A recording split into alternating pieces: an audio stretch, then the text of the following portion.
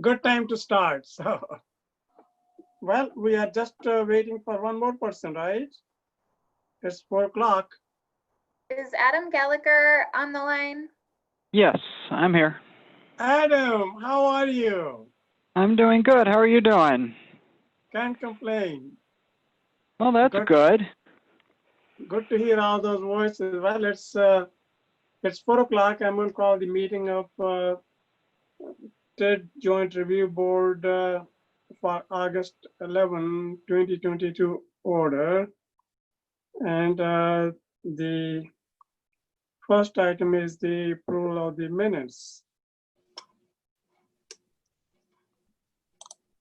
I know both Lori Ames and there were 3, 4. Well, Carol was there too, but she's not there. So someone want to make a motion? I can make the motion. This is Lori Ames to approve the minutes. Okay, I need a second. I could I'll make a second. Okay, all right. So any discussion, any questions? Okay, all those in favor of approving the minutes say aye. Aye. Anyone opposed? So the motion passes. The next one is the election of the chairperson. So need a nomination. I'll nominate you, Chair. Okay, all right. So do we need a second too, or just that's good enough? Any other nominations? No second is needed for the nomination. Okay, so there's a nomination for, and those in favor of the nomination for me to act as the chair, say aye. Aye. Aye. Anyone opposed? So the motion passes. So, okay, so the next item is the election of the 5th member at large, and I'm nominating Professor Emeritus John, and John Schaefer, and he's going to introduce himself. So John, you want to say a few things about yourself? Sure, thank you much. I'm John Schaefer. My first year retired from a professor and dean at the UW-Madison School of Music. I've been involved with the city for 30 some years. We have a landmark house. I've been in and out, involved in lots of ways. I'm now the chair of the Parks, Recreation, Forestry Committee. I'm also on the Plan Committee, and I've been a very happy and active liver in Middleton for 33 years. And it's exciting to be part of this city. And I bring lots of different varied backgrounds as a musician, as a scientist, as a computer science programmer, and as a, don't want to be politician. So anyways, feel free to ask questions, but that's where I came from. So 15 years as dean and 32 years as professor on the faculty of the School of Music at UW. Yeah, and one of the things he's so humble to, he helped that raise money for the new music center, Hamel Music Center. I think raised about $26 million, and then total is I think more like 50. But and if you were to pass by his home in the corner of South and Milton Street, his wife is also a musician. You may be listening to some great music too. So. No, come by. We just painted the house. Took us 7 weeks. So. Wow. Okay, so there's a. Do we need any questions for John?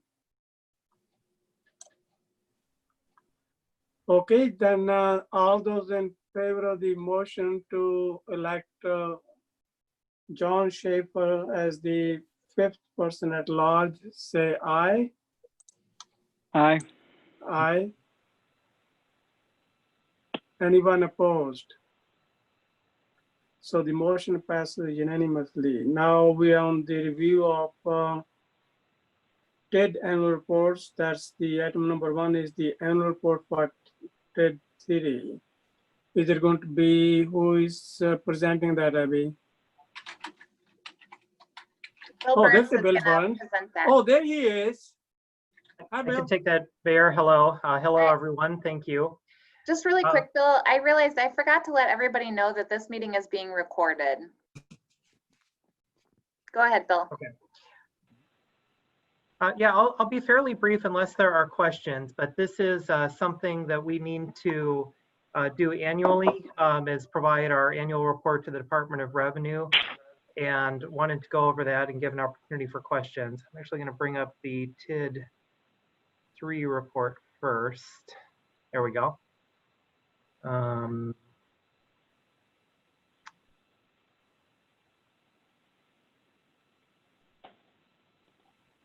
Okay, hopefully everyone can see the annual report now. TID 3 is our largest TIF district. It has a healthy fund balance. It began the year in 2019 with a fund balance of 12.2 million. Of that, 4.7 million roughly had been advanced to TIF district number 5, and about 2.1 million of that advanced to the city's golf course fund. The city does have plans for both of those advances to be repaid to the TIF district. Looking at the revenues, total revenues for TIF 3 were about 9.9, almost $10 million last year. Of that, by far the largest source was tax increment at about 8.9 million, with other revenue coming from investment income, assessments related to the Greenway development project, exempt computer aids, other sources from exempt personal property aid, sale of property, and downtown fundraising. On the expenditure side for this TIF district, total expenditures were about $8.5 million. That includes about 3.2 million for various capital, administration, and professional services. We had about 3.8 million in developer finance TIF payments, and we have our largest payments listed here as required in the annual report. And the city's been very effective at using developer finance TIF rather than upfront TIF incentives, where we identify TIF eligible costs and then have an agreement with the development. And then a portion of the increment that's paid each year goes in repaying those developer finance TIF obligations, and a portion coming for the benefit of the general TIF district. Other items include the debt service, just about $2 million in debt service, for total expenditures in TID 3 of about 8.5 million. And we ended the year with about $13.6 million in TID 3. And it's really part of the success of TID 3 and the amount of increment that it has available that's leading us to the discussion about the subtraction amendment, which we'll talk about later in the meeting today. Bring up TIF number 5.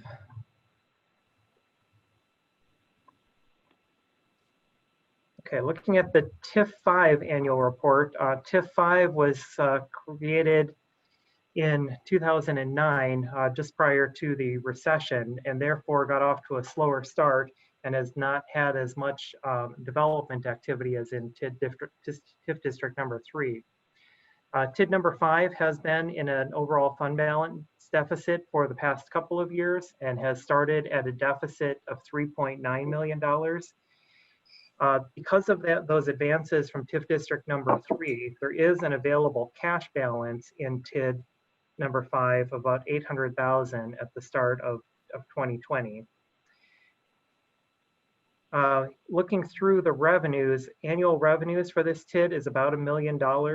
Largest source of that, again, is tax increment at about 830,000, with some other revenues from interest income, exempt computer aids, payment under a development guarantee, and exempt personal property aid. On the expenditure side, we had about a total of $1 million in expenditures as well for this TIF district. Portion of that for capital expenses, professional services, interest and debt service payments is the largest portion of that. And then we have some other developer finance TIF agreements for this TIF. We have a couple smaller ones in 2019. We have more development that's taken place in 2019, 2020. We'll start to see the impact of those both on the increment side and on the TIF developer grant payment side in the future. And we've talked about it at the next joint review board meeting, going through more of a presentation on active projects and plans for the future and projections for the future for the TIDs. But we wanted the focus for this meeting to really be on just covering the reports to date and then going through the subtraction amendment later on the agenda. TID District number 5 ended with a deficit of about 3.8 million. And one thing I wanted to note, in early 2020, TIF District number 5 had purchased property previously for where the Conservancy Bend development is going to take place just west of the high school site. And the city did sell that property in early 2020 for about $2.6 million. And that money is going to, or has been used to repay the advance from TIF, or portion of the advance from TIF District number 3. So with that sale and with the repayment of that advance, this deficit fund balance will be significantly reduced in 2020. That's just real high level, but kind of goes over the required activity for the reports. Are there any questions on the reports before we move on to the planned TIF amendment in TID 3? Questions for Bill?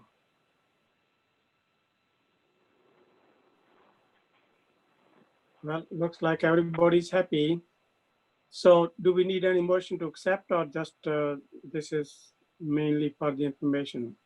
I believe it's just informational. It's something that we file annually with the Department of Revenue, and there's a requirement that we present the information to the Joint Review Board each year. Okay, so if there are no more questions and everybody's happy, we move to the updates. And we go to the item number 1, the initial explanation of TID number 3, project plan amendment number 10. Bill? Okay, and I'll start with some introductory comments, and then we have Scott Harrington and Jeff Maloney from Vanderwall, the city's TIF consultants, that will go through a brief presentation. But just to kind of introduce this, TIF 3 is one of the most successful TIF districts in the state of Wisconsin. It has a value increment currently of 635 million, which I believe is the second largest in the state. TID 3 was created in 1993 and has had a legislative extension to its life. Normally it would be allowed to be open 27 years.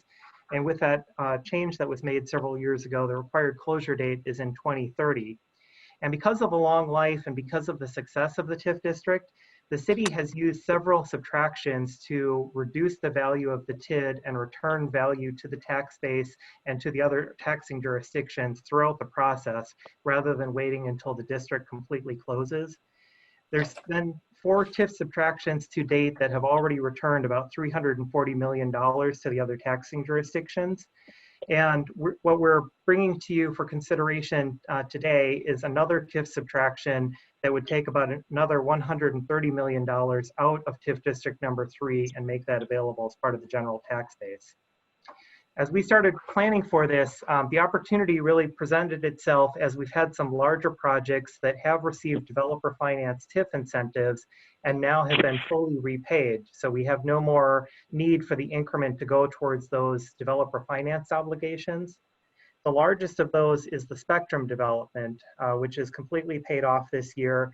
And that alone is over $50 million of value that can be returned to the taxing jurisdictions. We also have the final payments for the Costco development taking place this year. That's another 11 million.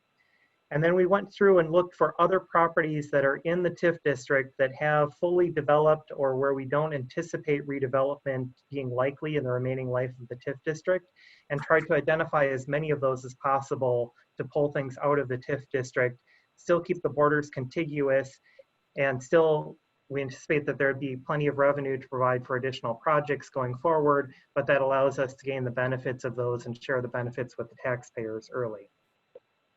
In addition to just providing the additional tax base, one of the benefits for the city in particular is that the city would be able to take advantage of a levy limit adjustment at the time of TIF subtraction. Previously, that levy limit adjustment was only available when a TIF district completely closes, and half of the value removed from the TID can be used as part of a levy limit adjustment formula. But a recent legislative change now applies that to subtractions as well. And the city would plan on utilizing that in order to build into our general fund and general property tax levy some of the items that have been paid through TIF costs in the past, as we work towards trying to phase those out and get closer to the final closure of the TIF district. So But Bill, in this case, it's only 50%, right? We can't How much can we, That levy limit adjustment, it's based on 50% of the value of either the subtracted territory or when a district closes, the final equalized value of the district. You take 50% of that and compare that to your total equalized value, and that gives you an adjustment that you can provide on your levy limit. So essentially half of that value applies to your levy limit adjustment. Half of it is just available, and it reduces property tax rates to the extent that you've increased the property tax base for all of the taxing jurisdictions. okay, thank you. And with that, I'd like to turn things over to Scott to go through the presentation. Scott? Yeah, thanks, Bill. Do I have the ability to share, Abby?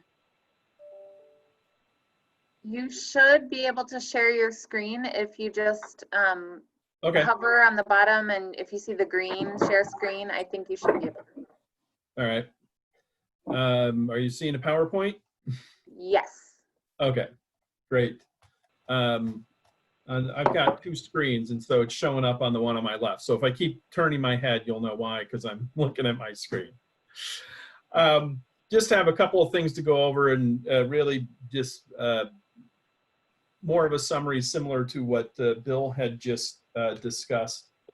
As he mentioned, we've done four previous subtractions. Again, trying to return as much property as quickly as possible to the other taxing jurisdictions. So already this district has turned back $340 million in value, which has allowed the taxing jurisdictions to collect $6.6 million in annual taxes from that released property. Via the last amendment that we did in 2014, we had permitted expenditures of 178 million, and to date we've spent 118. So that's kind of a quick history. With this proposed amendment, what we have is removing 33 parcels and adding 6, and I have a map that I'll show you in a minute. This is a little bit unusual, and certainly the first time Middleton has done this. As you're probably aware, the city is over the 12% limit. So for those not familiar, the value increment that you have in all your TIF districts combined, plus the current value of whatever you're looking to add to a TIF, cannot exceed 12% of your total valuation. And I think the increment in TIF 3 and in TIF 5 right now is somewhere around 14% of Middleton's total valuation. So ordinarily you couldn't create a new TIF or add property to a TIF. But working closely with the DOR, what they have ruled is that if we remove base value, we can add new base value. And so we are removing about $10 million worth of base value. And by adding a couple of parcels, we're adding $6 million in base value. So the net effect is a subtraction of over $130 million worth of value, but we're swapping, if you will, a couple of properties as part of the deal too. With this removal, taxing jurisdictions will receive a total of $2.5 million once this gets on the books next year. We are looking to expand our spending plan a bit, looking for another 63 million in additional expenses, and that would go towards approving or helping to facilitate another $98 million in additional development increment that over the remaining life of the district. And so even with the subtraction, we would still have 508 million in valuation within the district. In terms of what is being subtracted, the parcels shown in red And I know this is kind of hard to see in this format, but hopefully you had a chance to kind of look at the draft document that was sent out. And as Bill indicated, these are parcels that are fully developed where all of the city's commitments to them are paid off and where we could release a lot of value while also maintaining contiguity under the state rules. Our TIF, all parts of the TIF kind of have to touch each other. We can't have little islands here and there. So we have to selectively remove property in order to retain that contiguity. And then the parcels shown in green, primarily this intersection of Pleasant View and 14, where there's a building supply store. Pleasant View is going to be reconstructed. We think that that corner could see some substantial redevelopment, so we're adding that. This little piece down here on the south end is really a drainage way that's strictly to help us retain contiguity after we take out these parcels down here. And then we're adding an older apartment development kind of just north of University off Parmenter. So just a very small number of parcels added. Total valuation right now of those parcels is about $6 million. But the net reduction in the TIF is $130 million. In terms of our spending plan differences, have this summary table that was included, I think, on the first page of the TIF document. As I mentioned before, we've spent about $118 million so far. We have additional project costs that we're projecting. We were approved via our last amendment to spend up to 123, and we're looking at, I'm sorry, up to 178, our new spending.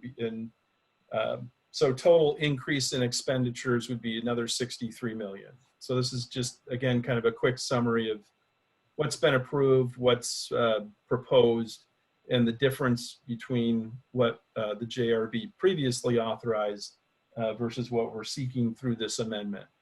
In terms of those specific costs, those were shown on this table. And again, be happy to answer any questions about anything specifically within this. A lot of these projects have been in the TIF plan for quite a while and are now finally ripe for moving forward. So while there are some new projects, a lot of these have been in the plan. Just the timing hasn't been right, but at the same time, the costs have also gone up. So that's partly why we're asking for an increase in the amount of spending. And then lastly, again, no, this is hard to see in this format.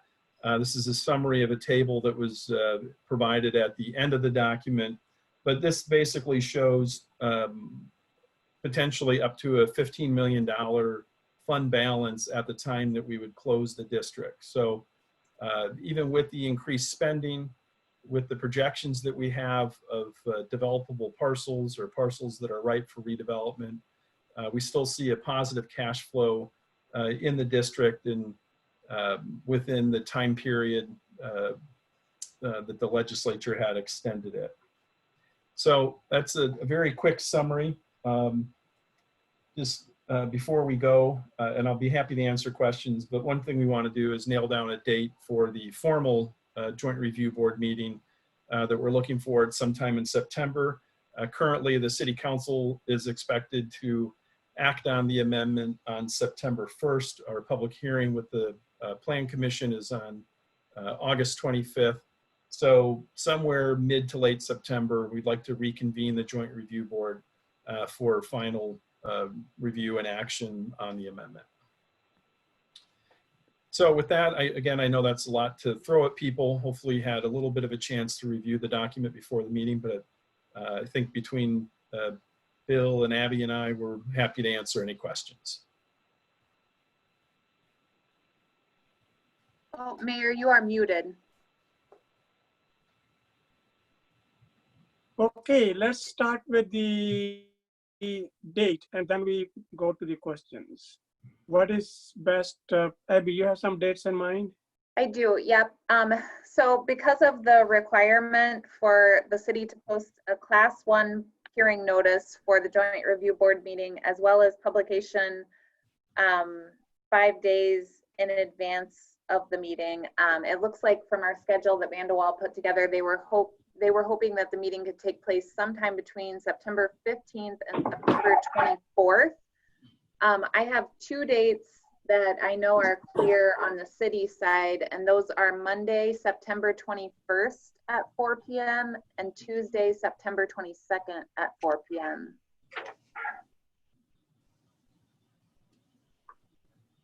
Personally, with Okay. either one is fine.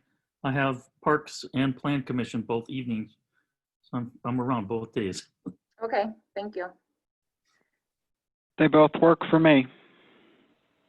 Was that Adam? Yes. Thank you. This is Lori. I would prefer the Monday date, but I would make either one of them work if needed to be. Thank you. Either works for me. Okay, let's keep Lori happy. So let's go with 21st then, right?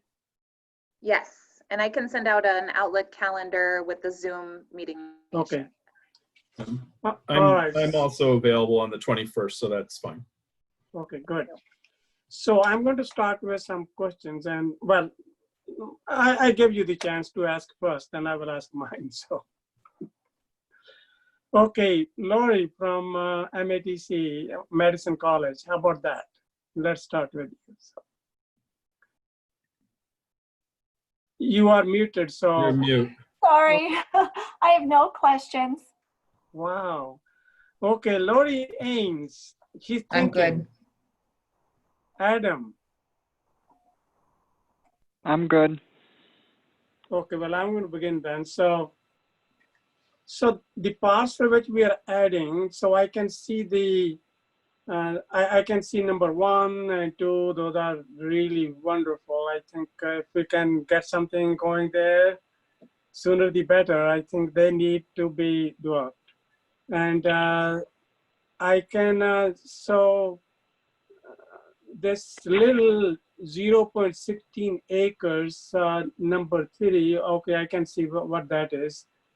And 0.55, number 4, what is that about? A&H properties. As in South Parmenter, I had questions about the same thing. Because those Oh, residential. A&H. Yeah, so as you'll recall, the city purchased some property to add left turn lanes at the Parmenter and University intersection. And so there was a PDQ gas station located on that corner, the northwest corner of the downtown. And because of the narrowness of the site, that gas station did not work well when Quick Trip went in and bought all of the PDQs. And so they decided that they didn't want to keep that site, which worked out really well for the city because we needed to buy additional right-of-way in that location. So we bought a portion of that parcel. What remains now is an uneconomic remnant.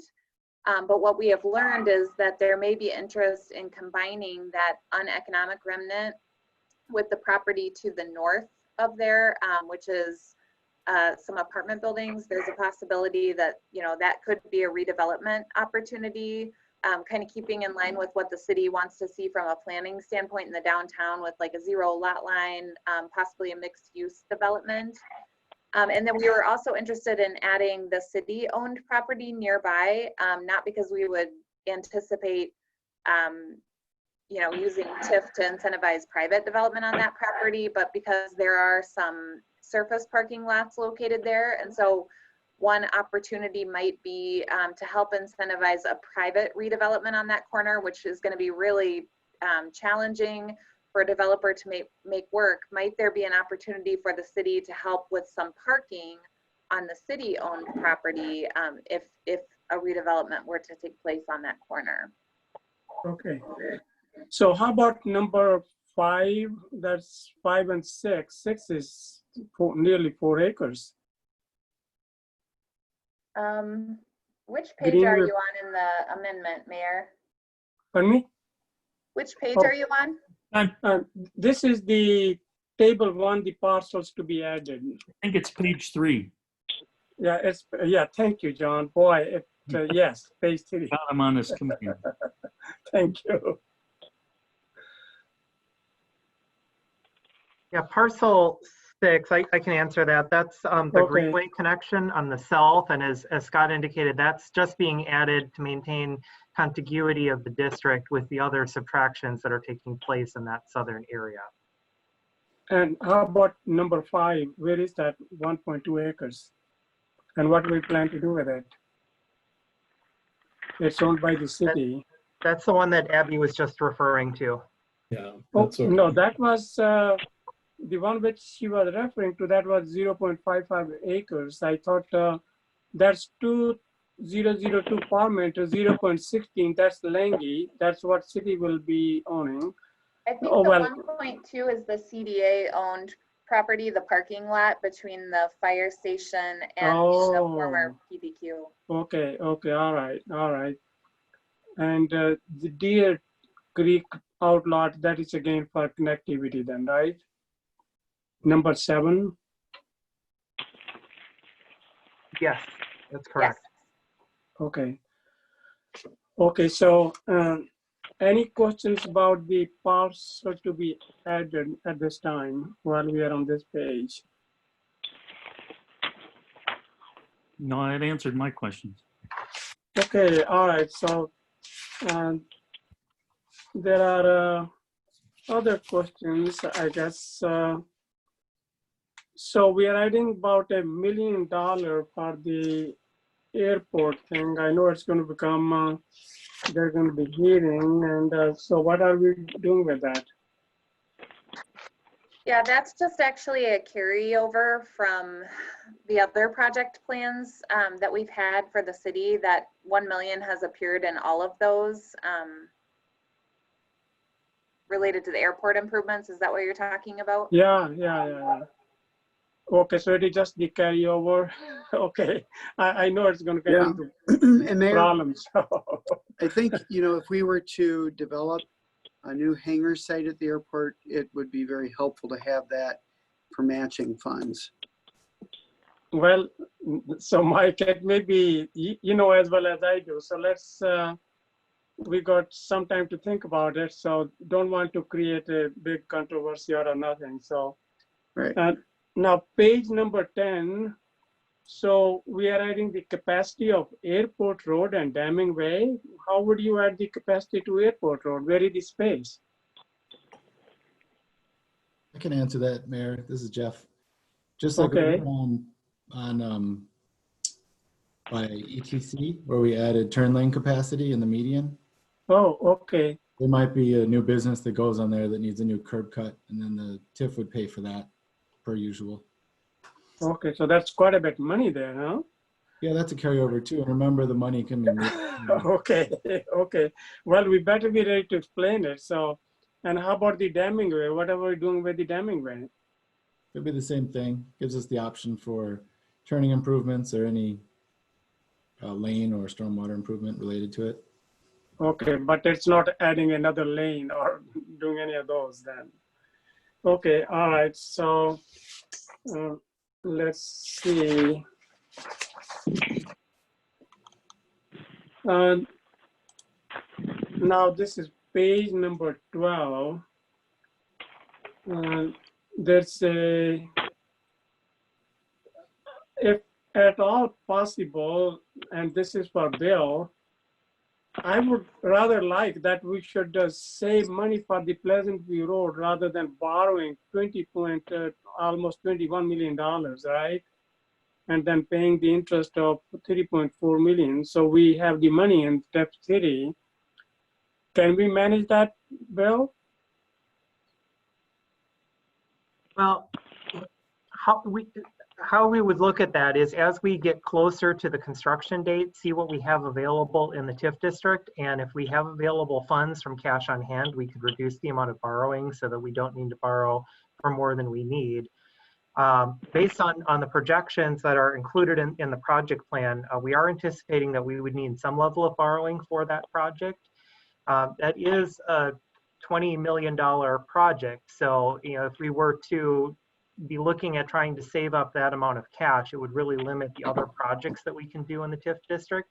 And with only a few years remaining in the expenditure period for the Tiff, we may want to look at doing some of these other projects if there's the opportunity to create development.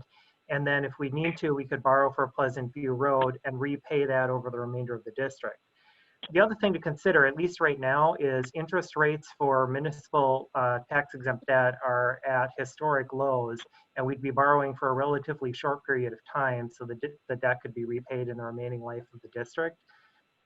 This plan that we have laid forward gives us the ability to do expenditures. How we do the financing would be a decision for the city council and something that we could review at that time as we're ready for construction. Okay, since the spending time would end in 2025, we could also pay back the whole thing in 26, 27. And so the next question which I have here is,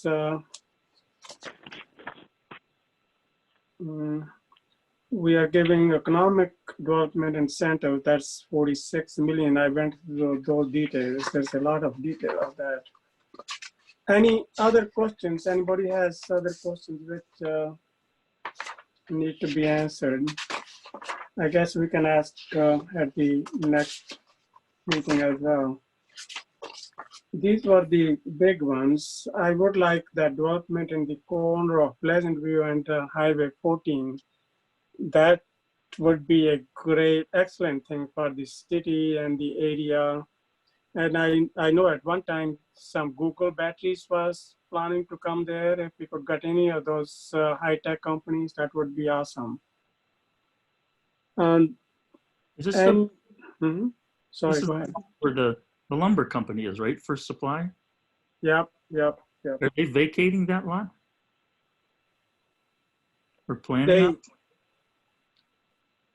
Abby, you could, yeah, I guess that's, Abby can probably answer It shows that. as the property, it doesn't show just the intersection. Yep.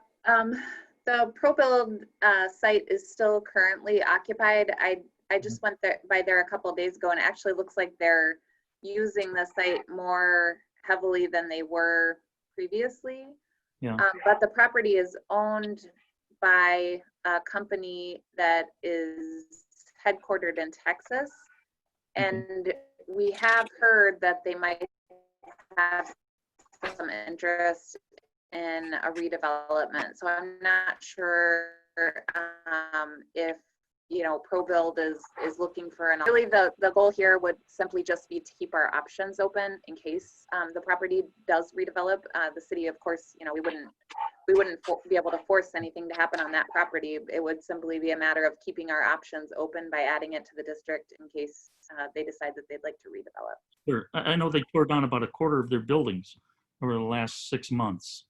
And so that's why I was curious, because I go by there all the time. So, Abby, did you see a for sale sign on the lot? Because they have been marketing it quite a bit over the past few years. I didn't notice the for sale sign, Mike, but that doesn't mean there wasn't one there.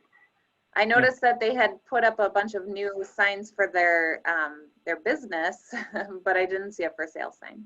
Okay, yeah, it's for the last 5 to 7 years. It's been there's been a sign there on occasion, if not throughout.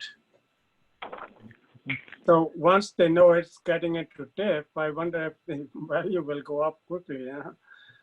I don't know. Now, this is page 10, Abby, and this is the Fontaine Boulevard extension. So what is the city is going to pay for it? The plan with Fontaine has been that as development occurs along that corridor, which is officially mapped currently, but it needs to be moved further to the north due to the county's purchase of and preservation of the acre farm as a component of the Pheasant Branch Conservancy. So we're planning on moving the corridor planned location further north, and then as farm fields develop along that corridor, we would require the developer to pay for the cost of improving 2 lanes of the 4-lane corridor and also dedicating the land that is necessary for the full 4 lanes should the city ever decide to expand that to a 4-lane boulevard.